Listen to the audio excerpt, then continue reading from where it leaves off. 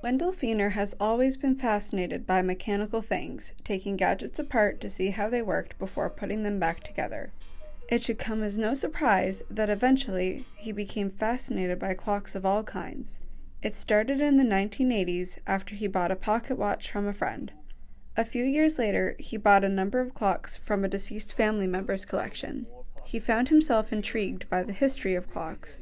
A few of the ones in his possession dated back to the 18th century. Before long, he had upwards of 600 in his house, either on display in living spaces or tucked away in his basement. What do I like about collecting clocks? I guess the biggest thing I like about clocks is the mechanical challenge of making them, bringing them back to life. When Feener's collecting began in earnest, he began considering that his clocks might be of interest to others. There was not enough space in his house to hold them all. Perhaps they could find a new life in a museum. A few years ago, after repairing a clock for the museum in Bedeque, Feener kept a relationship with Doug Sobey, president of the Bedeque Area Historical Society. Eventually, the two began talking about having some of his clocks on display. On July 8th, Feener's dream to see his collection preserved was fulfilled, and the Wendell Feener Clock Collection exhibit officially opened.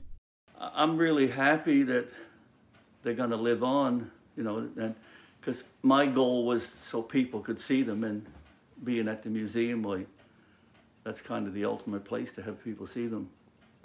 Around 170 of Feener's clocks are permanently placed in the museum.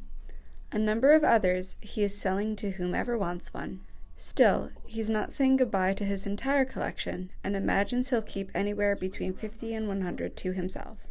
In Summerside, I'm Kristin Gardiner for SaltWire.